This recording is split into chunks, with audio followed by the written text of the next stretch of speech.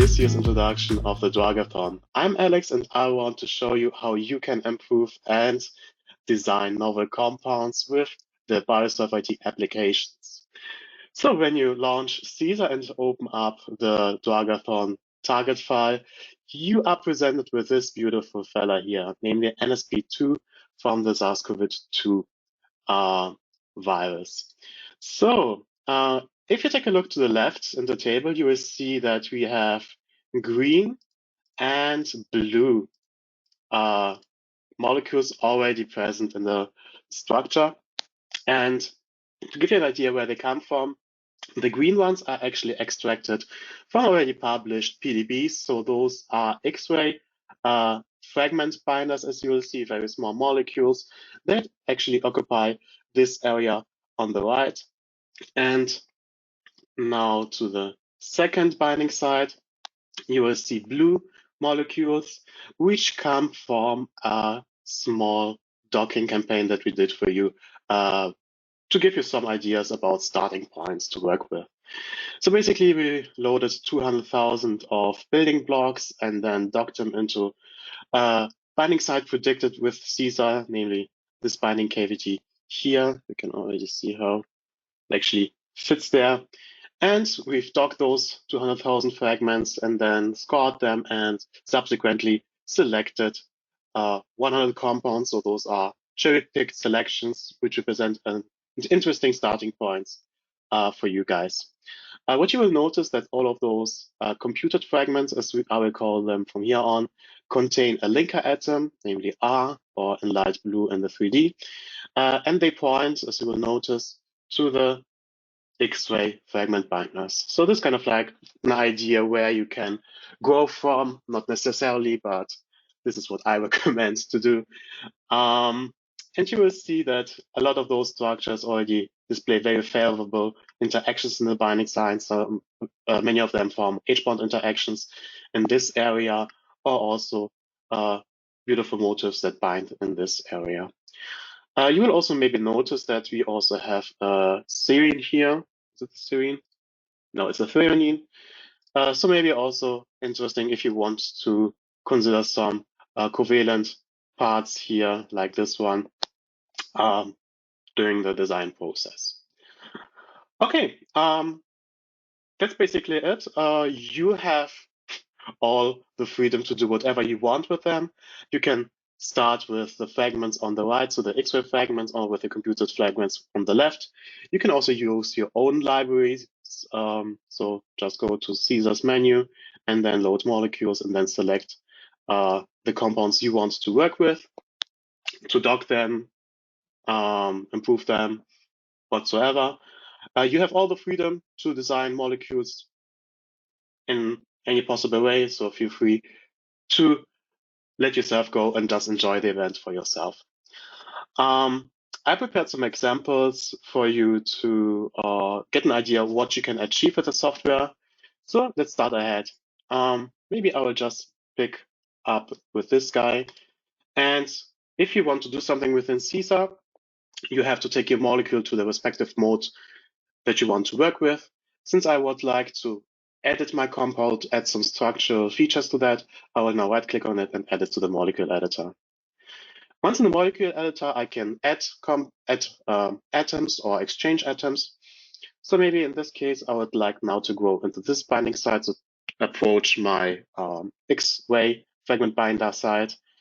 And now I will just add a carbon atom here.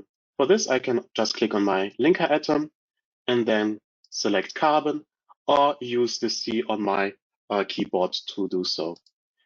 If I want to add a ring system, I can just right-click on my carbon now and add a ring, like a phenyl ring. And since I'm now happy with what I have achieved so far, I can save my molecule to see if I have improved or gained any affinity. So nothing big here, no huge changes. So I need to continue. Maybe I'm in a good mood and I would like to add another methyl group in this area to see what happens then. Yeah, a little bit of gain, but not too much.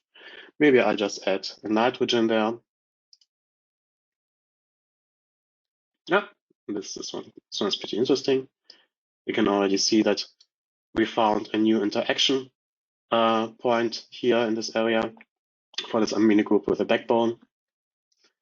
And by doing so, I can just continue, maybe add another nitrogen here to see if I get something out of it, but it seems to be not to be the case. So yeah, basically this is how you can play around with your molecules, just add some elements to them, change them, so small modifications.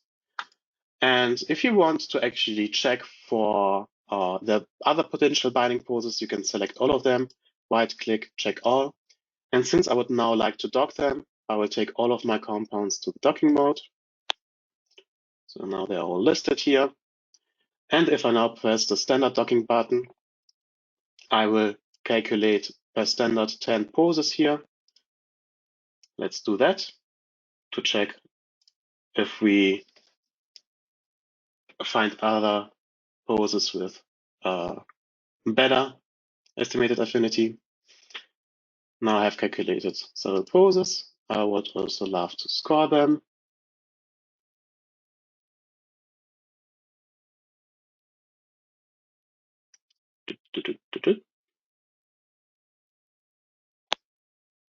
And there we go.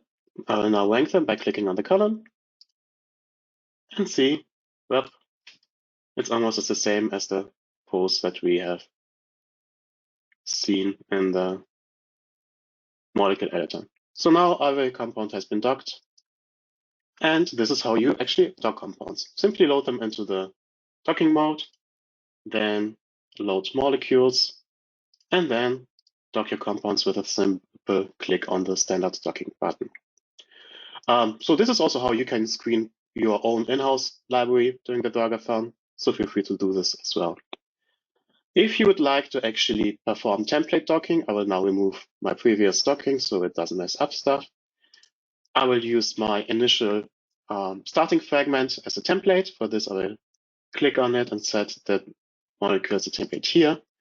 And then I can simply press the template docking button. It asked me if I would love to perform covalent docking on the other hand, but this is not the case. I have docked my compounds. As you can see also, template docking is way faster compared to standard docking because we already provide an initial fragment. Now I will score my compounds for the binding affinity.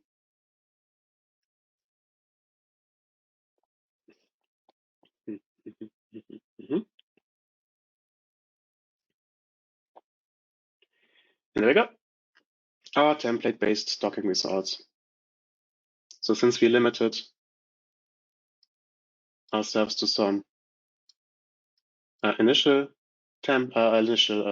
binding modes, we also receive a little bit of differing results, but they're all aligned based on our template molecule, as you can see in the direct comparison with the original molecule presented there as well.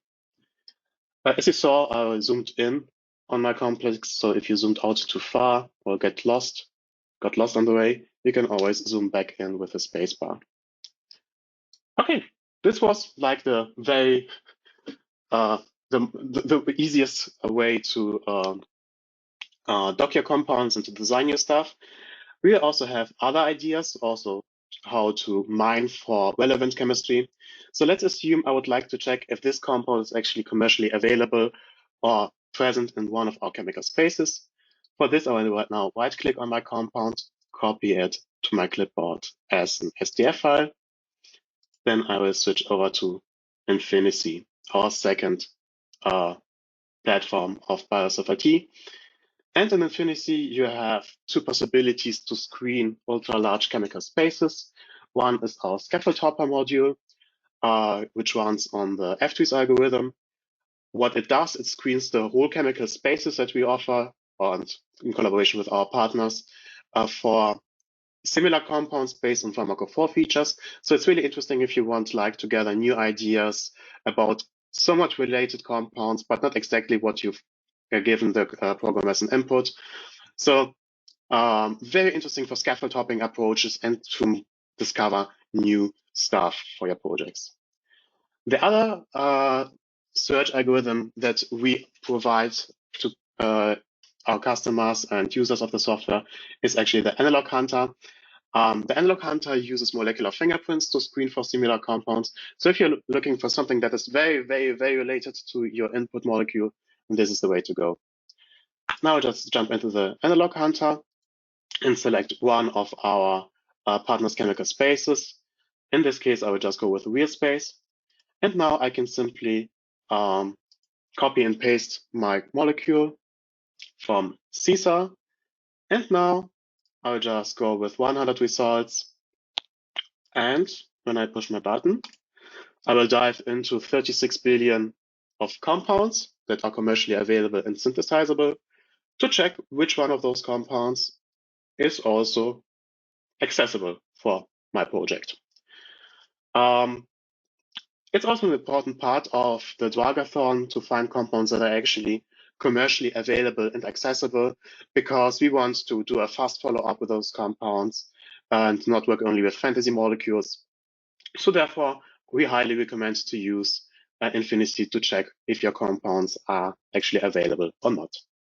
So, and as you can see, the compound that we added, that we requested with Infinity, is actually present in the real space. So this is something that we can order from them.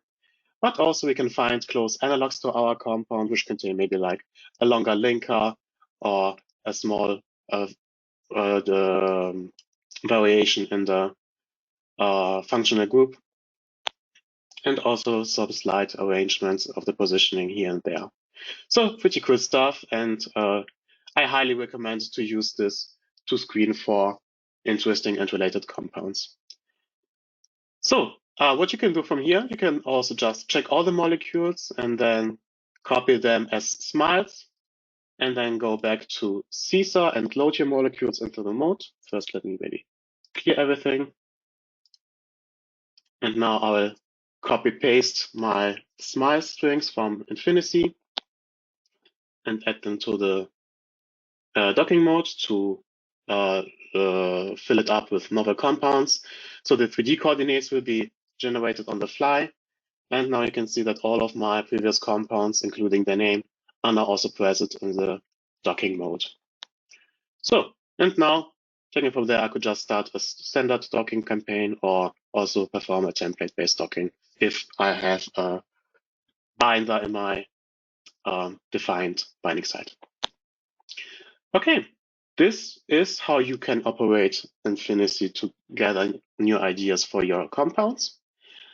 Next up, I would love to show you another method how to design novel compounds. Maybe let's go with this fella here. So now I will select this fella and add it to the Inspirator mode. The Inspirator mode is our way to provide you with novel ideas how to improve a compound, how to find novel scaffolds, how to satisfy binding sites. And in this case, I would love to show you how to actually grow from this compound into the X-ray binding area here. So what I don't like too much is actually the composition here. There are too many sulfurs for my personal taste. So what I'll do now, I will set replacement vector here. I do so by clicking on the bond, and you will see that this part of the molecule remains the same, whereas this part is now grayed out both in 2D and in 3D, which means that this part will now be replaced. You will also notice that the growing button is now green, which means it's active, and the algorithm behind this one is called FastGrow, which we use to screen fragment libraries for decorations to complement a binding site. I highly recommend to download the 120,000 library on our website. It's completely free of charge, obviously, as everything that we offer that relates to databases for the use of our software. And once I have selected the area I want to replace, I can also adjust how many solutions I would like to have. So let's be generous and go with 30 and start the fragment growing or compound growing process by clicking on the button. So what happens now in the background is that we screen our 120,000 library of growing fragments for the best decorations for the molecule to satisfy our predefined binding site. You don't have to worry about doing anything to the binding site because we did it for you already, so you can just go from there. And as you can see, we got 30 results within a few seconds. So it's really impressive because it's still 120,000 fragments that we screened, and we are only provided with the best compounds according to the algorithm to satisfy the binding site. And what you can see here, that we are actually projecting now towards the binding cavity where the X-ray fragment binders were. You will also notice that you're provided with an affinity assessment in this area. And I actually really like this one because now we have this interaction here. So it also provides you with a lot of ideas where potential interaction partners in the binding site are. Let's just go through so you get also a little bit of idea about what results you can expect. Sometimes FASCO can be a little bit wild because it also tries to grow and satisfy the binding site. So in this case, it kind of like tries to complement this part of the binding site. So this is something you have to keep in mind. Just visually check if it's the right direction. Also pretty interesting, pretty cute. I like that it's so static here. Also nice. Yeah, but you basically, it's also pretty cool. It's also pretty interesting to generate ideas where you can create interaction hotspots for your target. So even those bidental interactions are pretty fun. Oh, I really like this one as well. So yeah, let's assume you have now found something that you like. I will now mark this one as a favorite and color my FASCO results in another color so it's easy for us to keep track.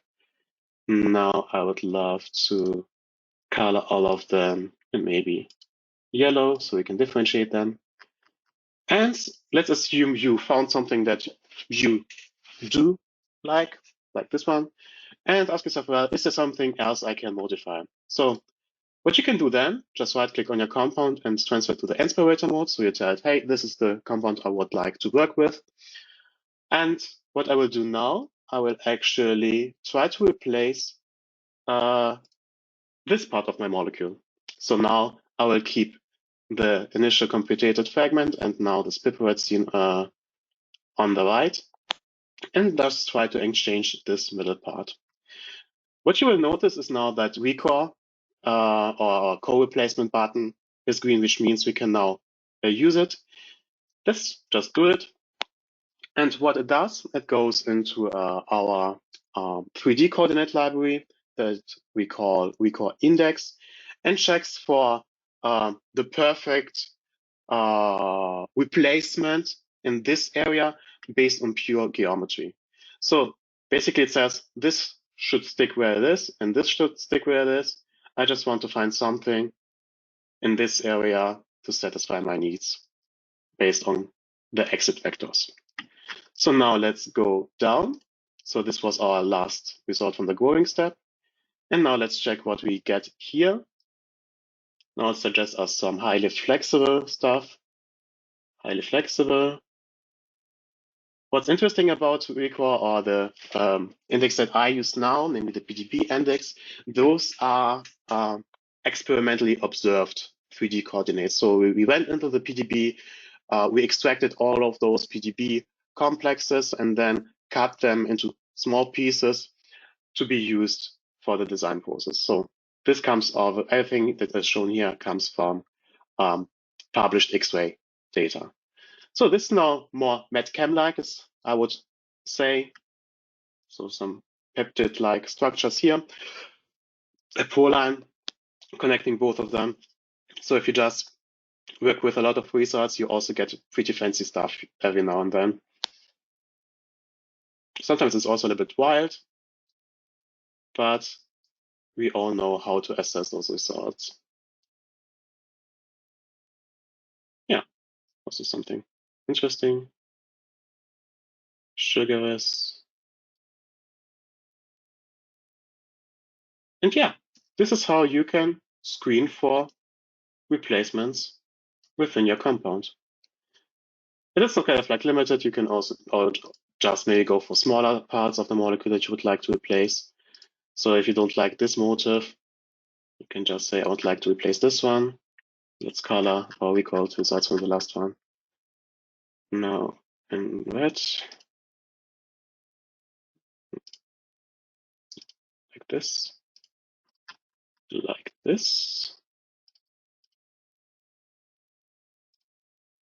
in red. So and now I will screen for replacements of this heterocircles here.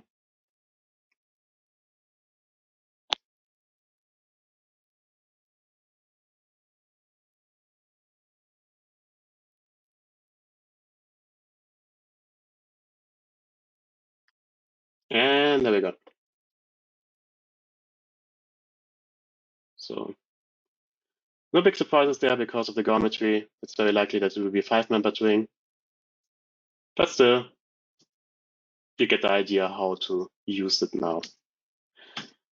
Okay, so this was the second case I wanted to show you. I will now clean up a little bit, clear Inspirator, and now go back to my analyzer mode where all of my fragments are. And now I will check for fragment 4. So maybe to show you how you can actually use Caesar to grow from the other fragments. The first thing I would like to show you is actually the analogging button. The algorithm behind this one is called Metchemesis, and it uses medicinal chemistry reactions, common medicinal chemistry reactions, to screen for small modifications of your compound that can maybe improve its binding affinity. So I have still 30 solutions reloaded. So let's just do a Metchemesis one to see what happens. So what you will see now, and highlighted always in orange, what Metchemesis did to the compound.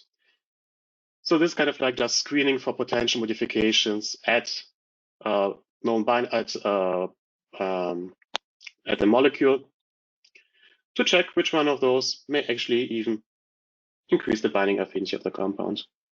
So maybe we find something like this, where you also see an intermolecular H-bond forming, or where you can also gather ideas that lipophilicity is a part here, so a small ethyl linker, ethoxy linker. The carbon atoms are a little bit happy here because it's likely close, it's a lipophilic binding area here, and so on and so forth. So this is kind of like very cute if you just want to do a fine-grained analysis of what you can do there.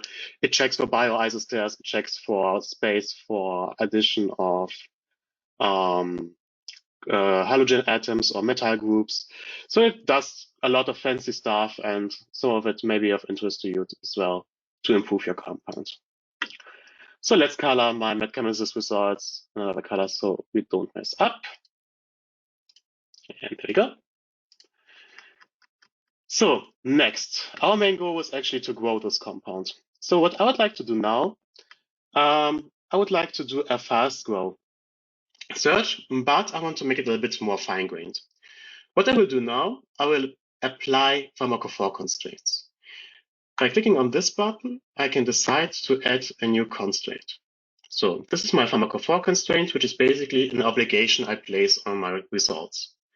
If I now click on this amino group and set my sphere to the center, I make it also a little bit smaller, I can define what I expect to be there. So in this case, since I know that this amino group forms hydrogen bonds interactions with the target, I would actually like to keep it, and therefore I will introduce an H-bond donor in this position and apply. For my next miracle, I'm asking myself, well, is there maybe a possibility for me to grow into this area? Because I would also like to occupy my calculated and predicted binding site here.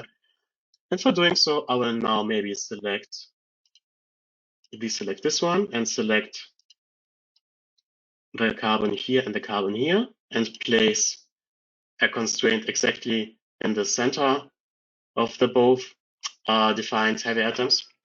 And let's make it a little bit bigger, so like 2 angstroms. And what I will place here now is actually a request for any heavy atom. This way I can guarantee that if I do a fast grow run, my results will actually grow into this direction. So I've set my 2 constraints, and then I will run my fast grow run. It's also important to note that the constraints that I applied here are not limited to fast grow only. You can also apply pharmacophore constraints in recall, searches, even for metchemesis, and docking as well. So you have a lot of possibilities to fine-tune your results in every step. So here we are, and here are now our results. And as you can see, I'm still keeping my nitrogen there. It still forms an H-bond interaction, while I'm also provided with results that actually grow around the corner. And I love them. I like indole. Who doesn't love indole? I also get those kind of stuff here. And yeah, so you see, very interesting results. Very MidCamp-like-ish. This was very important for us when we constructed this 120,000 library to provide broad solutions to people, but also to play around with a lot of stuff, because this is an ideation process and we want really people to enjoy working with the software, but also to get something meaningful out of that. So, what else can I show you?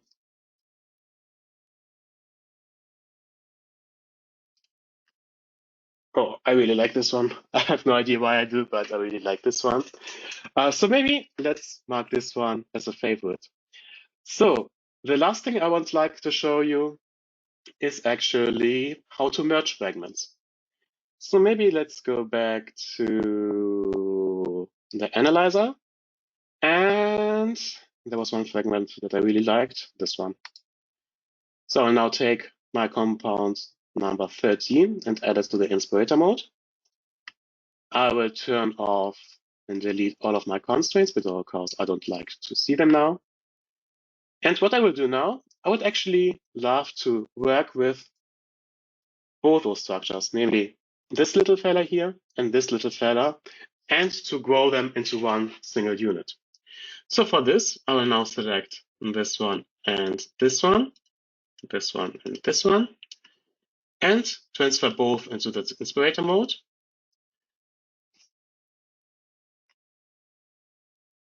Because I have all the others still available. Sorry, uncheck all.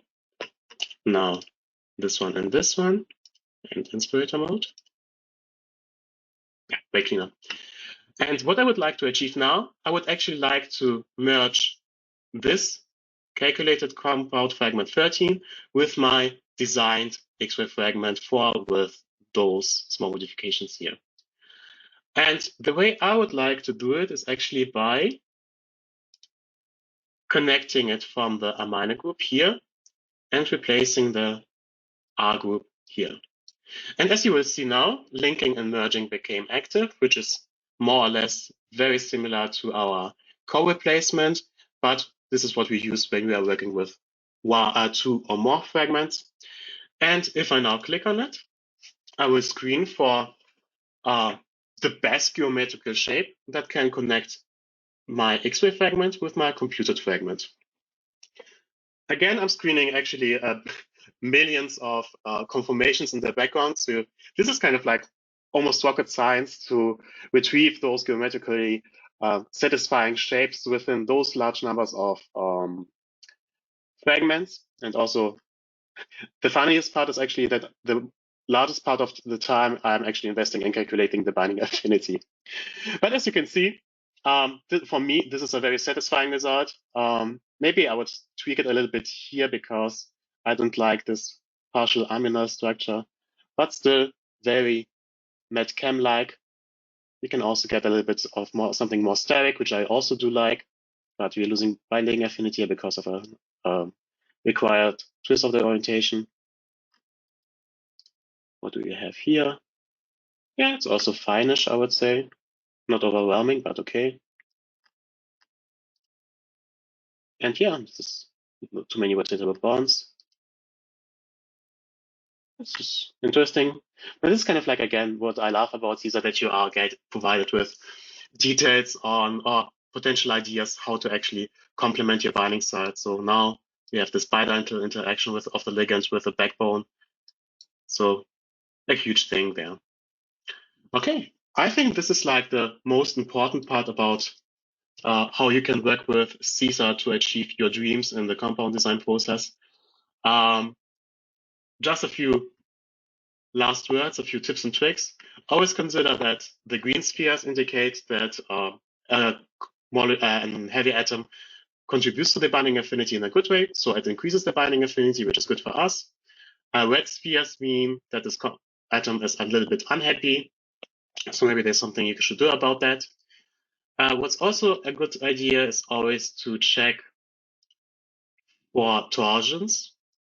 So if you now calculate also the torsions as well as the intra and intermolecular clashes, you're provided with a traffic light schema that tells you, hey, maybe there's something you won't like about this compound. And then you can turn on the torsion coloring in the visualization window here. And then you see here, this is something that is still pretty common, but you should pay attention to that, especially if it becomes red. So this was my little introduction to the Drugathon, and I hope you guys enjoyed it. If there are any questions, please approach us during the Drugathon. We are more than happy to help you with any kind of fancy stuff you would like to do with our software. And if you need any help, there are also many tutorials on our YouTube channel how to do other stuff, including ligand-based drug discovery. And with this, I thank you for watching and hope to speak to you during the Drugathon. See you soon. Goodbye, everybody.